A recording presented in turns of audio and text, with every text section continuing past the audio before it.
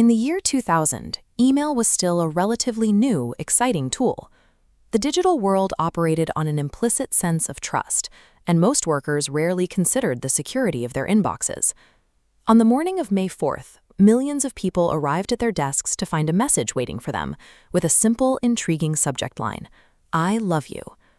Modern cyberattacks are often pictured as complex algorithms brute forcing through firewalls.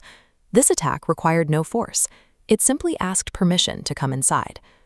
This early era of the internet lacked a culture of skepticism. Users were unaware basic human emotions, like a sudden burst of curiosity, were actually critical security vulnerabilities. The creators didn't need to pick the internet's lock. They weaponized human nature, knowing that if the bait was appealing enough, the victims would open the door themselves. The email contained a file disguised as a harmless text document. When a user clicked that attachment, a hidden malicious script executed immediately. Upon execution, the script hijacked the victim's contact list to replicate across the network. Appearing to come from a trusted friend, recipients lowered their guard, clicked, and triggered the cycle again. The virus spread with terrifying efficiency, jumping from personal home computers into the digital backbones of the world's most critical organizations. Within hours, global infrastructure buckled. Banks severed their internet connections, media companies halted operations, and even military agencies were forced to pull the plug on their email systems. Millions of computers were corrupted.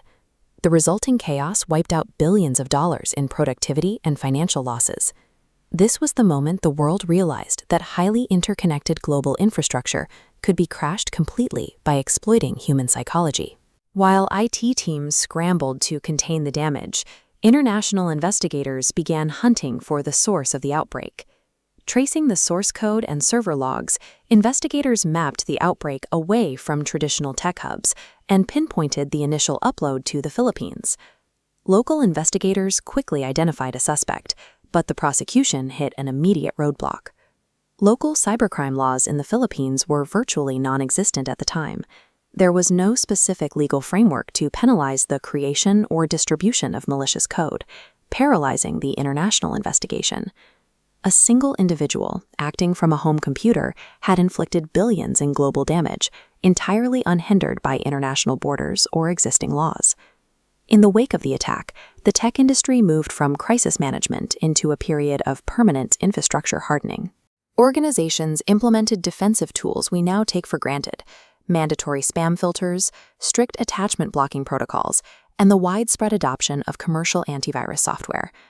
The most significant defense to emerge was non-technical.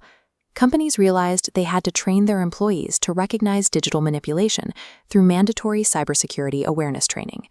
Cybersecurity shifted from being an isolated IT problem to a global security mandate that involved every person on a network.